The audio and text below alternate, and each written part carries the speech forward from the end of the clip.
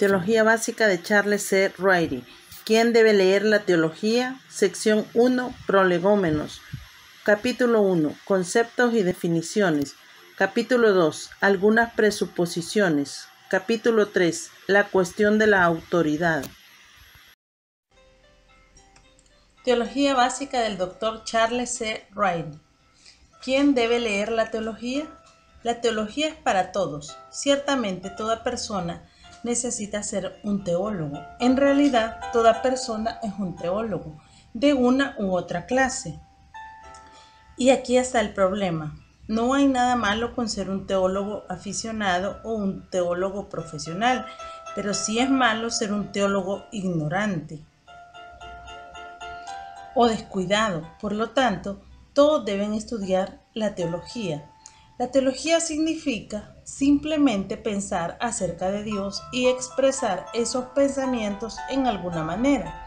Tendremos una definición más precisa en el primer capítulo, pero en este sentido básico, toda persona es un teólogo. Aún el ateo tiene una teología. Él piensa acerca de Dios, rechaza su existencia y algunas veces lo expresa como credo, y siempre con su estilo de vida. El seguidor de una religión no cristiana ha sustituido al Dios verdadero por su deidad falsa y exhibe esa teología en varias maneras. Pero casi todos los lectores de este libro serán creyentes en Dios, si no son también creyentes en Jesucristo, en el sentido bíblico del término, de modo que sus pensamientos, ya sean esparcidos o sistematizados, son acerca del Dios viviente, el único Dios verdadero que existe. Siendo esto así, hay más razón aún para que usted estudie la teología, porque todo el tiempo y la energía que dedique a pensar en el Dios verdadero no solo ensanchará su mente, sino que afectará también su vida. Como ejemplo de cómo la teología puede afectar su vida, piense en el tema de la responsabilidad. Todos tenemos varios niveles de responsabilidad. Somos responsables ante nosotros mismos. La conciencia se ocupa de esto, pero la conciencia puede estar torcida, cauterizada o desestimada, de modo que la responsabilidad queda reducida en ese nivel. Somos responsables ante la sociedad, pero las diferentes sociedades tienen diferentes normas de legalidad y un individuo puede algunas veces violar esas normas y escapar de la responsabilidad. Otras unidades de responsabilidad incluyen la familia, la iglesia local, el empleo y otras, pero los creyentes en el Dios verdadero reconocen que también tienen que ser responsables ante Él. Algunas veces parece que escapamos de la responsabilidad presente para con Dios, pero nadie escapará la responsabilidad futura, porque todos compareceremos ante el tribunal de Cristo. La teología del juicio nos fuerza a pensar en una faceta de Dios que debe de expresarse en una perspectiva sobria en la vida ahora. Los buenos teólogos lo son en diferentes maneras.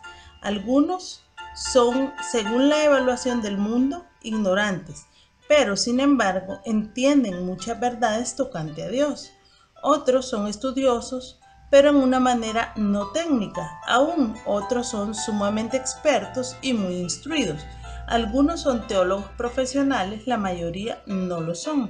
Este libro se ha escrito para la mayoría que no lo son. Si yo lo hubiera estado escribiendo a profesionales, hubiera hecho varias cosas diferentes. No hubiera hecho un esfuerzo consciente por mantener el lenguaje sencillo y las explicaciones no complicadas, puesto que el profesional puede comprender el lenguaje complejo y las explicaciones técnicas. No hubiera sido necesario usar ilustraciones, aunque algunos libros técnicos bien pudieran usarlas. No habría mantenido las notas de referencia a un mínimo.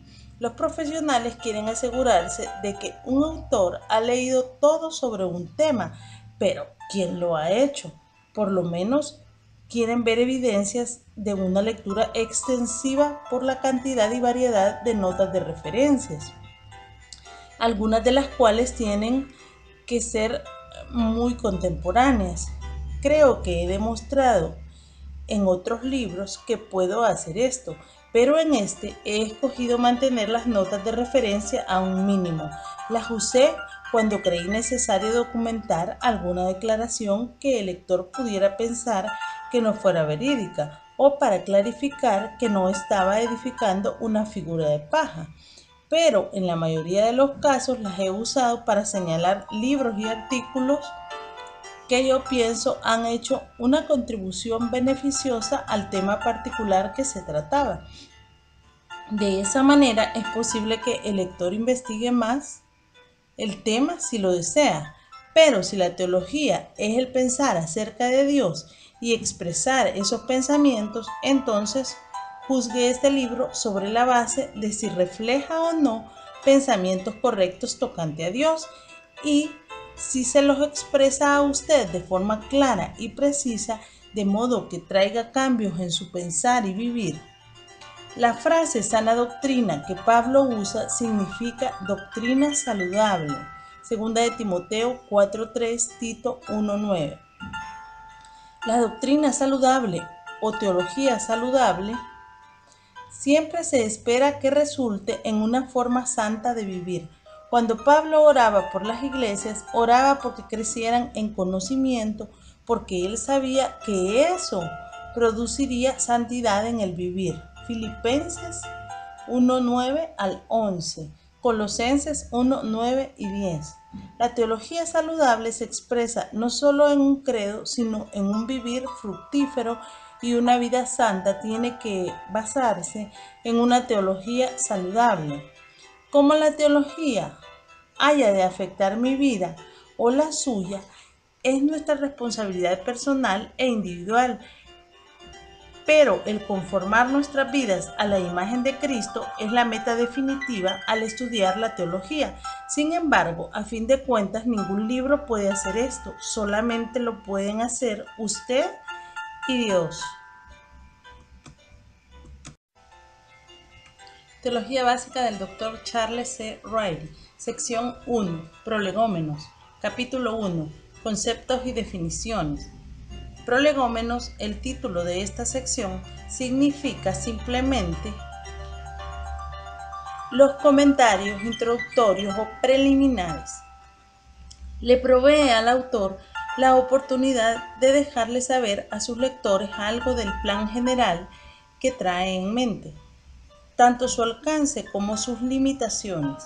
Asimismo, algunas de las presuposiciones de su forma de pensar y los procedimientos que planea usar.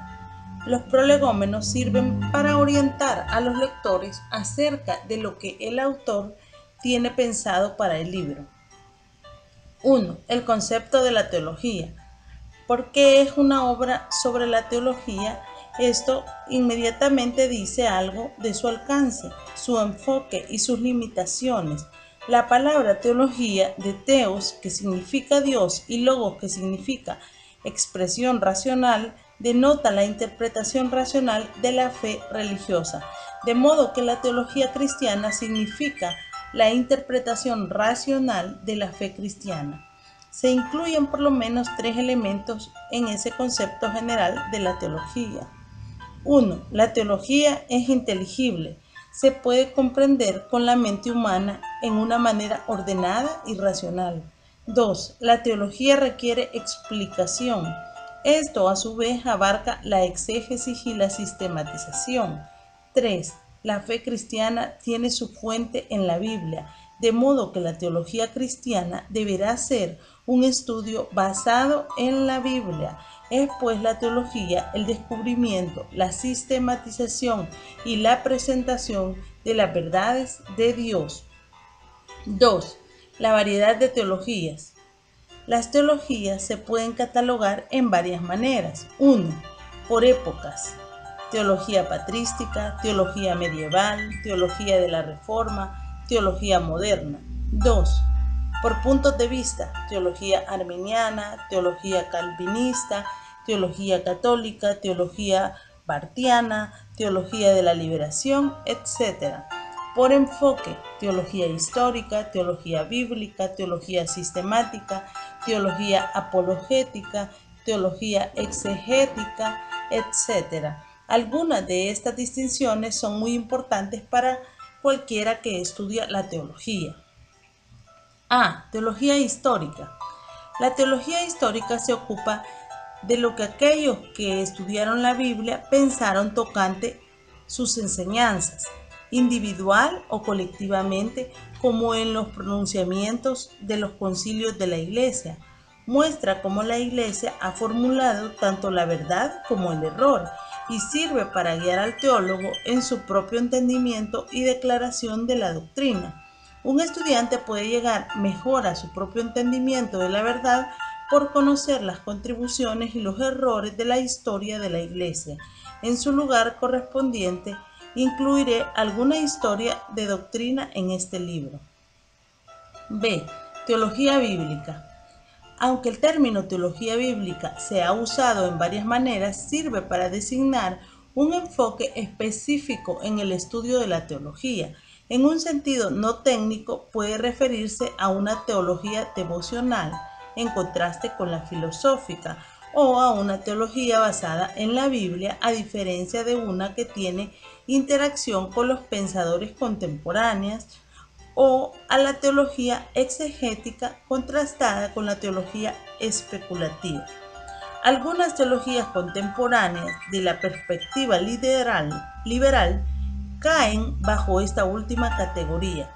La exegética, aunque su exégesis no representa fielmente la enseñanza bíblica, también a menudo sus obras consisten de un reportaje que recorre la Biblia y se limita a algún tema principal como el reino o pacto de Dios, si es teología bíblica del Antiguo Testamento, o a las enseñanzas de Jesús, de Pablo y de la cristiandad primitiva, si es teología bíblica del Nuevo Testamento. Técnicamente, la teología bíblica tiene un enfoque más agudo que ese. Trata sistemáticamente con el progreso históricamente condicionado de la autorrevelación de Dios en la Biblia. 4 características surgen de esta definición. 1. Los resultados del estudio de la teología bíblica tienen que presentarse en forma sistemática. En esto es como otras áreas de estudios bíblicos y teológicos. El sistema o esquema en el cual se presenta la teología bíblica no va a utilizar necesariamente los mismos razonamientos que la teología sistemática.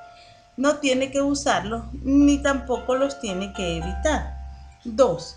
La teología bíblica presta atención al contexto histórico en el cual llegó la revelación de Dios. Investiga las vidas de los escritores de la Biblia, las circunstancias que los impulsaron a escribir y la situación histórica de aquellos para quienes escribieron.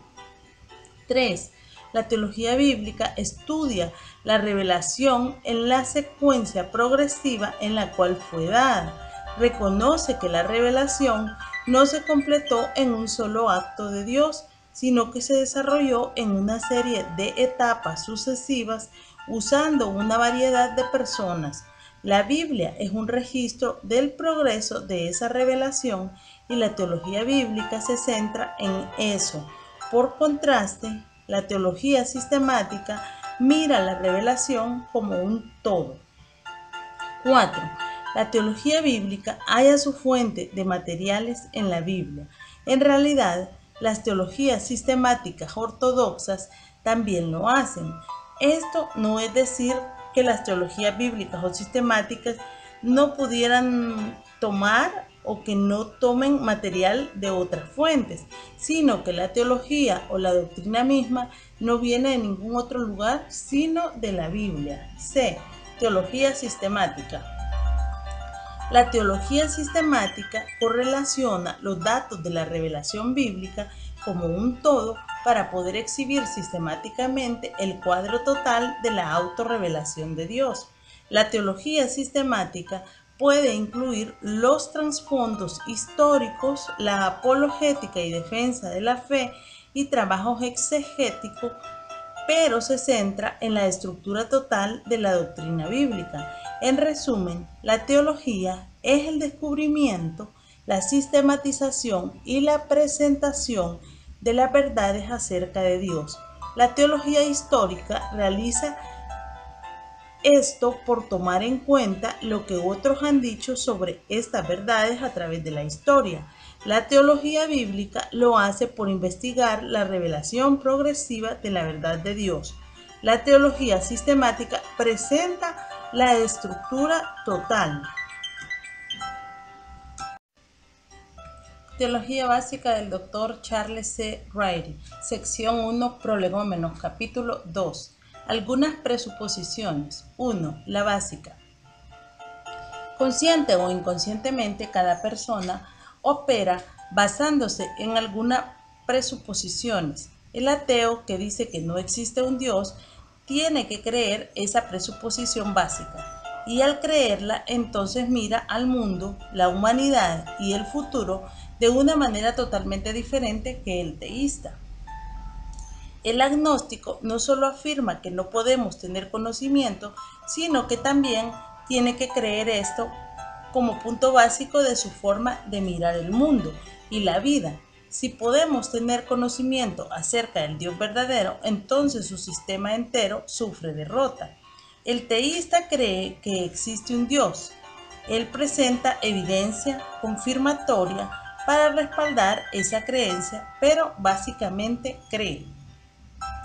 El trinitario cree que Dios es una triunidad. Esta es una creencia sacada de la Biblia, por lo tanto, él también cree que la Biblia es verídica. Esta entonces queda como la presuposición decisiva. Si la Biblia no es verídica, entonces el trinitarismo es un error y Jesucristo no es quien él afirmó ser. No llegamos al conocimiento acerca de la Trinidad o de Cristo por medio de la naturaleza o de la mente humana, y no podemos estar seguros de que lo que aprendemos en la Biblia acerca del Dios triuno es cierto si no creemos que la fuente misma que utilizamos es confiable. De modo que la creencia de que la Biblia es verídica es la presuposición básica. Esto se va a tratar en forma completa en los temas sobre la inspiración e inerrancia. 2. Las interpretativas. Si nuestra fuente de información es tan crucial, entonces también debe ser muy importante para nosotros la manera en que la consideramos y la empleamos. La teología precisa depende de una exégesis sana. Hay que realizar estudios exegéticos antes de desarrollar una sistematización teológica, como es necesario hacer ladrillos antes de poder construir un edificio. A. La necesidad de la interpretación clara e imparcial. Aunque una discusión más completa sobre la hermenéutica aparecerá en la sección 3, necesitamos afirmar aquí la importancia de la interpretación imparcial como la base de una exégesis correcta. Al darnos la revelación de sí mismo, Dios quiso comunicar, no oscurecer, la verdad.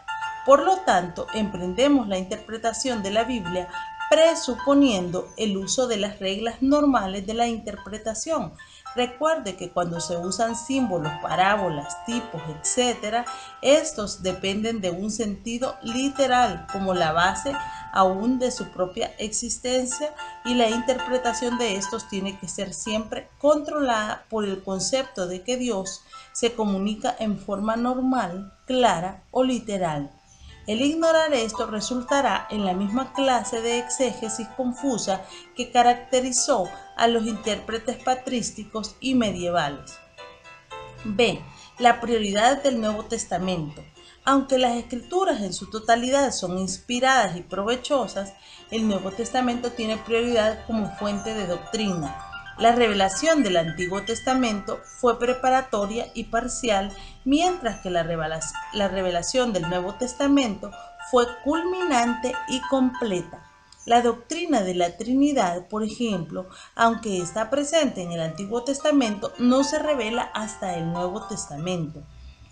O pensemos de cuánta diferencia existe entre lo que enseñan el Antiguo y el Nuevo Testamento sobre la expiación, la justificación y la resurrección. Al decir esto, no estamos minimizando las enseñanzas del Antiguo Testamento ni tampoco sugiriendo que es menos inspirado, pero sí afirmamos que en la revelación progresiva de Dios, el Antiguo Testamento ocupa un puesto anterior cronológicamente y por lo tanto ocupa teológicamente un lugar preparatorio e incompleto. La teología del Antiguo Testamento tiene su lugar, pero es incompleta sin la contribución de la verdad del Nuevo Testamento. C. La legitimidad de textos de comprobación. Los liberales y los partidarios de la teología de Barth han criticado a menudo a los conservadores por utilizar textos de comprobación para establecer sus conclusiones. ¿Por qué hacen esto? Simplemente porque el citar textos bíblicos resultará en conclusiones conservadoras, no liberales. Ellos alegan que es una metodología ilegítima y no propia de la erudición, pero no es más ilegítimo que el usar notas de referencia en una obra erudita. Por supuesto, los textos bíblicos han de usarse en forma apropiada y lo mismo hay que decir de las notas de referencia. Se deben usar para decir lo que realmente significa, no deben usarse fuera de contexto, no se deben usar en parte cuando la totalidad cambiaría el significado, y los textos de comprobación del Antiguo Testamento en particular no se deben forzar para que sirvan de apoyo a una verdad que solamente se reveló después en el Nuevo Testamento. 3. Las que se sistematizan. A. La necesidad de un sistema. La diferencia entre la exégesis y la teología es el sistema que se usa. La exégesis analiza, la teología correlaciona esos análisis. La exégesis relaciona los significados de los textos. La teología interrelaciona esos significados. El exegeta se esfuerza en presentar el significado de la verdad. El teólogo, el sistema de la verdad. La meta de la teología, sea la teología bíblica o la sistemática, es la sistematización de las enseñanzas en consideración. B. Las limitaciones de un sistema teológico. En fin, las limitaciones de un sistema teológico deben coincidir con las limitaciones de la revelación bíblica. En su deseo de presentar un sistema completo, los teólogos a menudo se ven tentados a llenar los espacios en la evidencia bíblica con la lógica o con implicaciones que puede que no sean justificadas. La lógica y las implicaciones tienen su lugar apropiado. La revelación de Dios es ordenada y racional, así que la lógica tiene un lugar apropiado en la investigación científica de esa revelación. Cuando las palabras se combinan para formar oraciones, esas oraciones adquieren implicaciones que el teólogo tiene que tratar de entender.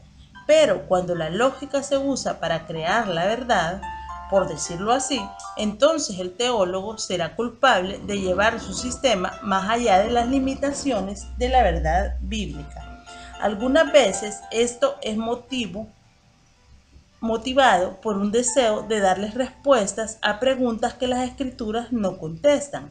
En tales casos, y hay varios de estos cruciales en la Biblia, la mejor respuesta es el silencio, no una lógica hábil, ni implicaciones casi invisibles, ni un ansioso sentimentalismo.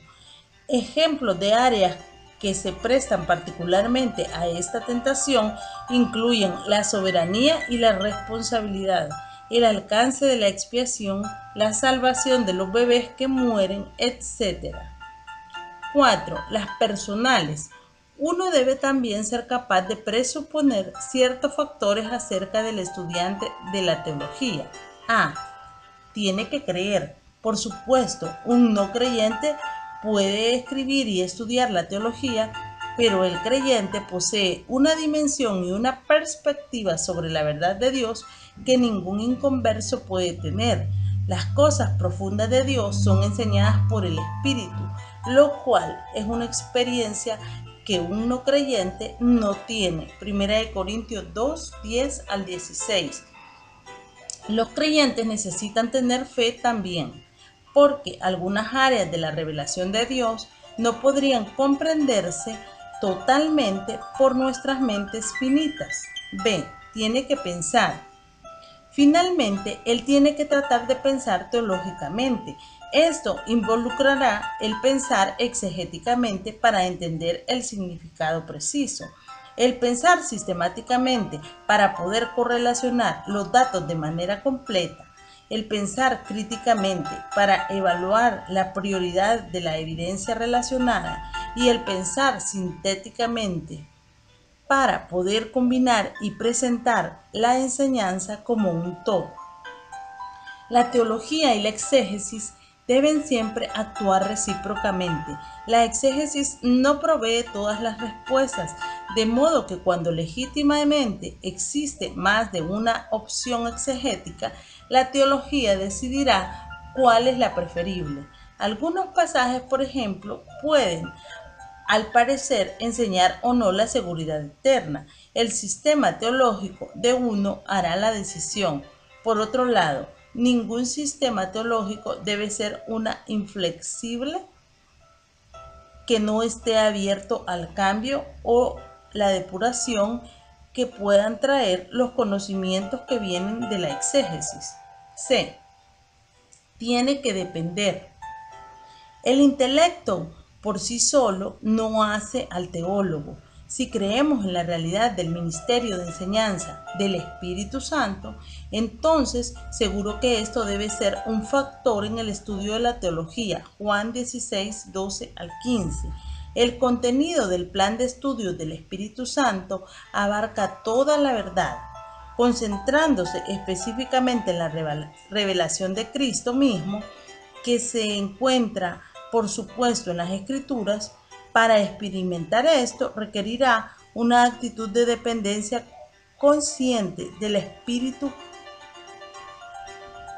lo cual se reflejará en humildad intelectual y en un estudio diligente de lo que el Espíritu les ha enseñado a otros a través de la historia. El estudio inductivo de la Biblia es una forma de estudiar beneficiosa, pero hacer esto únicamente es ignorar los resultados del trabajo de otros, y el hacerlo siempre puede ser una repetición inútil de lo que otros ya han hecho. D. Tiene que adorar. El estudiar la teología no es meramente un ejercicio académico, aunque lo es.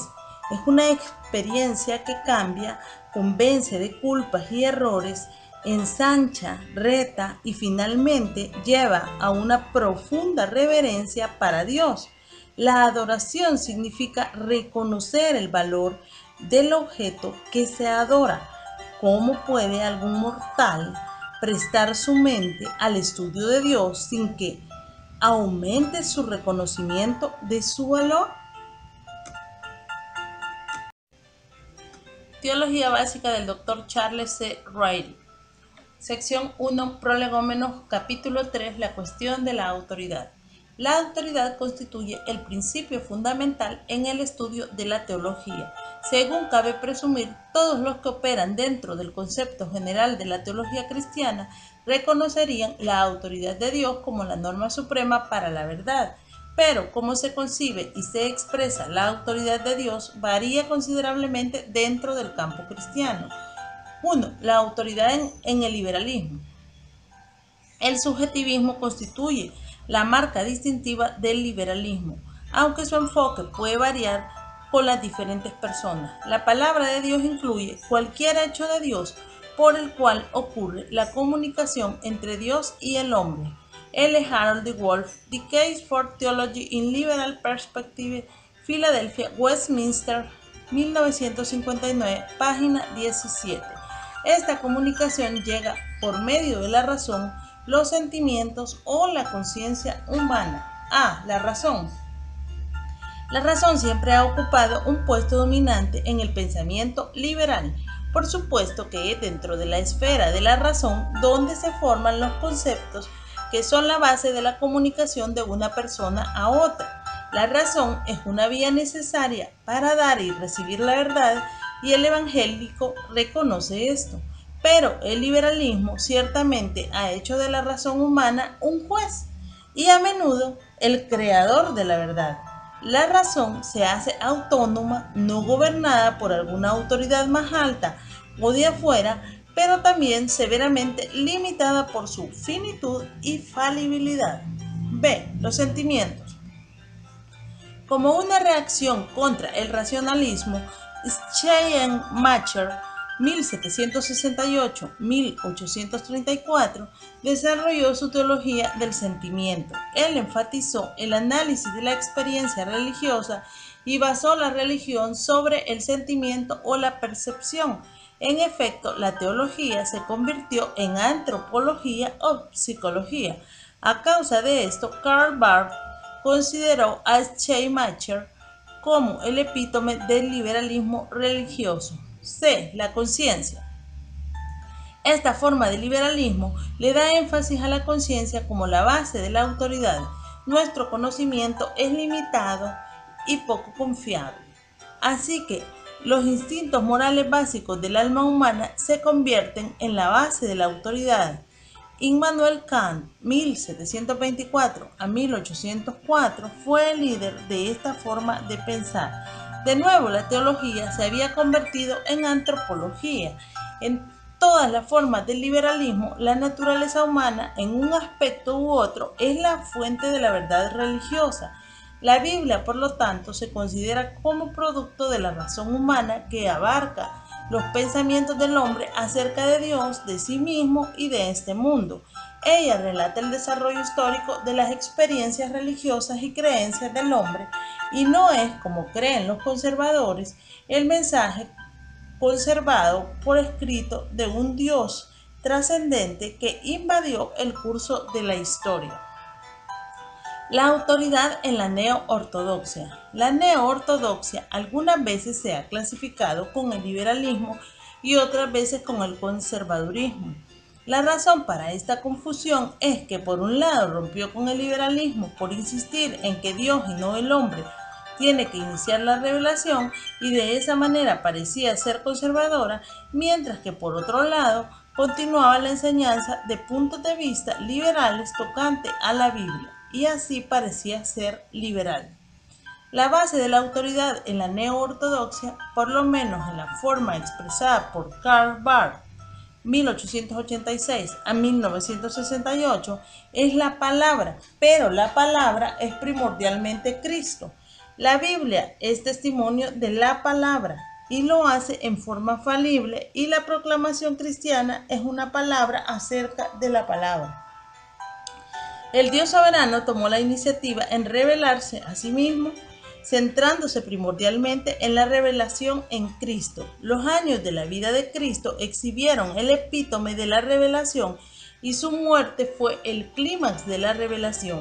La Biblia testifica acerca de la revelación de Dios, aunque esté interpretada por todos los cánones del liberalismo. La Biblia, por lo tanto, no tiene autoridad absoluta, sino solamente autoridad instrumental, puesto que sirve como el instrumento falible por el cual nos encontramos con Cristo, la palabra. Y es en ese encuentro de fe, en el punto de crisis en el cual Dios se comunica a sí mismo, esto constituye la verdad absoluta. Aunque la neo-ortodoxia busca la objetividad en la iniciativa soberana de Dios, practica el subjetivismo en la experiencia de los encuentros de la fe. Aunque la Biblia esté involucrada en esas experiencias, no se le permite ser el juez final de ellas. La neo-ortodoxia carece de una norma objetiva externa de autoridad. La autoridad en el conservadurismo. En el conservadurismo, la base de la autoridad es externa, está fuera del hombre y es objetiva. A. El catolicismo conservador. En el catolicismo conservador, la autoridad descansa definitivamente en la Iglesia misma. Es cierto que la Biblia se cree, pero tiene que ser interpretada por la Iglesia. Además, las tradiciones de la Iglesia son una fuente de revelación divina a la par de la Biblia. Los concilios ecuménicos y los papas han hecho proclamaciones de tiempo en tiempo que son consideradas infalibles y por lo tanto obligatorias para los miembros de la Iglesia. La Iglesia oriental es similar en cuanto a basar su autoridad en la tradición, la Iglesia misma y la Biblia. Aunque los evangélicos rechazan la tradición como autoritativa, se debe reconocer que la autoridad del catolicismo no se encuentra en el hombre como enseña el liberalismo. B. El protestantismo conservador. La palabra conservador elimina las bases humanistas y subjetivas de autoridad del liberalismo y la palabra protestantismo quita a la Iglesia como base de la autoridad. Por lo tanto, uno estaría de acuerdo en que la ortodoxia es esa rama de la cristiandad que limita la base de la autoridad religiosa a la Biblia. Edward John Harnell, The Case of Orthodoxy Theology, Filadelfia, Westminster, 1969, página 13. Las escrituras contienen la revelación objetiva de Dios y por lo tanto son la base de la autoridad para el protestante conservador. Sin duda, entender la revelación de Dios en la Biblia abarca el uso de los procesos racionales de una mente redimida, un sometimiento de fe tocante a las cosas no reveladas o no entendidas, una dependencia del ministerio de enseñanza del Espíritu Santo, una conciencia que esté limpia delante de Dios y alguna perspicacia en cuanto a las lecciones de la historia. Algunas veces en la práctica, aunque no en la teoría, los conservadores pueden negar y de hecho niegan que la Biblia sea su única base para la autoridad. 1. En la práctica, algunas tradiciones o denominaciones le dan a sus credos autoridad coordinada con la Biblia. Los credos pueden proveer declaraciones útiles de la verdad, pero los credos nunca pueden ser los jueces autorizados de la verdad. Las declaraciones de los credos siempre se deben considerar falibles, necesitadas de posible revisión y subordinadas a la autoridad bíblica. 2. En la práctica, algunos grupos le conceden a la tradición y a la práctica aceptada autoridad a la par con la Biblia. Una iglesia tiene un mandato divino para establecer guías autoritativas para sus miembros, Hebreos 13:7, pero aún esas son falibles, necesitadas de revisión periódica y siempre subordinadas a la autoridad bíblica. 3. En la práctica, algunos conservadores hacen que la experiencia religiosa lleve en sí misma autoridad.